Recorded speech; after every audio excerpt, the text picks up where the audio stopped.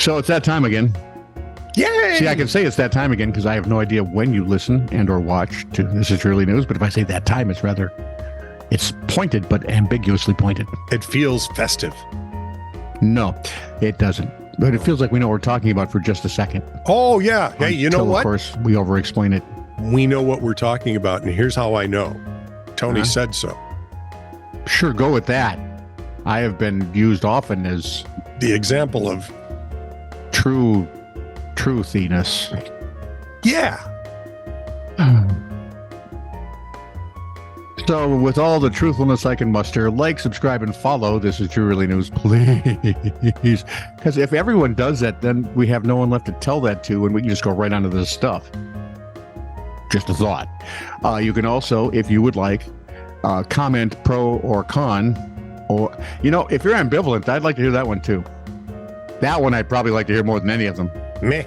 Just wherever you hear, watch, and or have any dealings with us. So, like if you see us at the store, go right ahead. If you're communing with us in any way. You can walk right up to me. I'll give you Scott's phone number and we're good. You'll see him at Coburn's probably. Yeah. There was a 80s, 90s jingle that I remember from Coburn's, sort of. What else would I do? Oh, I forgot about if you got a story to share with us. Yeah. Send it off, TITR@netradio.network. And if you send it off right away, I'll send you Scott's phone number. Lovely. No, the real one. This is True, Really News with Scott Combs and Tony Vercanis. All the news you're about to hear is true. Really? As far as you know. A woman in Australia accidentally inhaled an earring at a party. Is that where Hitler came from? A woman in Australia. Yeah. Didn't he come from Australia? No. It would have been so nice had he showed up in Austria at the airport and they would have said, no, you want Australia. Good day, mate. It would have worked so much a little better. Mustache, that'd have been great. Yeah. I want to annex the Sudetenland. No, we're not going that far for anything. There are kangaroos waiting for you, dude. Anyway, she accidentally inhaled an earring at a party, and you need to listen up on this one, pal. The 41-year-old woman who had asthma. So far I don't have an earring. I'm not 41 and I'm not a woman, so sure, I'm all ears. You have asthma. Oh, I do. She reached into her purse for her inhaler. Oh, no. When she began to wheeze during the festivities. Hey, that kind of almost rhymes in this weird way. Unbeknownst to her, a loose earring from her purse had become lodged in the inhaler. And she inhaled it when she used the device.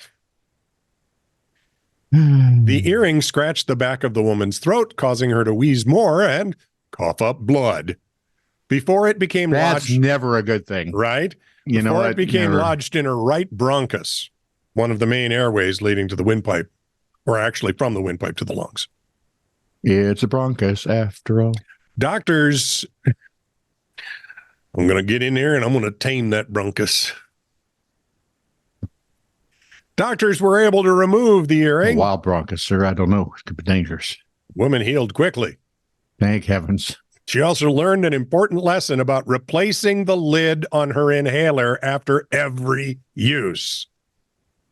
So I want you listening carefully. What? Replace. I can't because I have that diffuser thing on it and it's just so clumsy. And besides, I don't carry a purse. I don't wear earrings. My wife doesn't wear earrings. And if my granddaughters do this, I will hunt them down and cut them out of the will. Get nothing. Which they generally cheered anyway, because, all right, no debt. Thank you. Turning over all the debt. So there's that. Sarah Childs won a restraining order in Denham Springs, Louisiana, December 2012. Okay. She won the restraining order.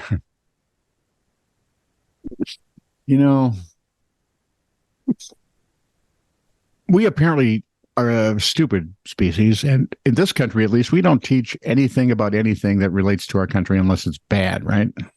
Well, lately, Columbus is bad. Make it Native American Day. Yeah. Everything that happened is wrong, and we should somehow tear it out of the pages of history, which is stupid.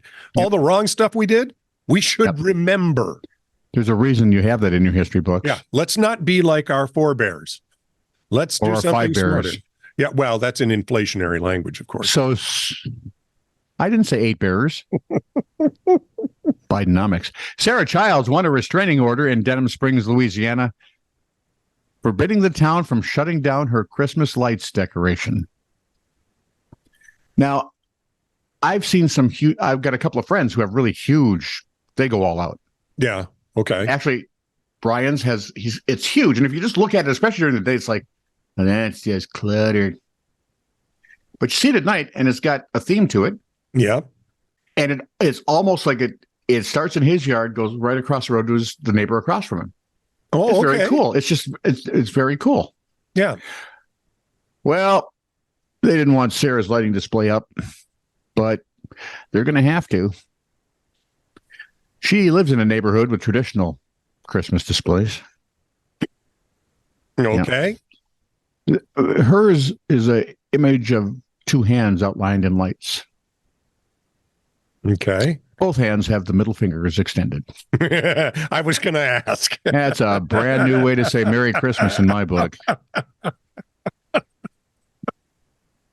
Oh, heavens to Murgatroyd. You and the whole family. And the camel you rode it on. Of course, you'd have to leave it up till January 6th to make that work. But anyway. Yeah, whatever. Oh, you're finished. Yeah. Sorry. This from Ronnie Tucker. How to get shot for your Christmas. Huh? How to get shot for your Christmas. Is that a thing? Do people want to get shot for their Christmas? He says, Tony, get that famous catchphrase ready. Okay. There is no you in ma'am. No, that's not. Oh, the other one. Okay. I'm ready. Yeah.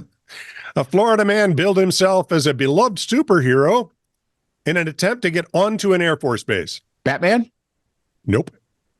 Superman? Think about it. He's trying to get on an Air Force base. Who's he going to be? Captain America? Yes. Baruch Roche. Yeah, but it's an Air Force base. He should have been like Superman or Captain Marvel. They fly. Baruch Roche II, 33. So there's another one. Tried to enter the MacDill Air Force Base in Tampa last month, saying he was Captain America. And he had a meeting with a U.S. Special Operations Command, SOCOM, a general in SOCOM, to provide top secret information. After some arguing, he gave the officers his military ID, showing him to be retired from the Air Force, and was arrested.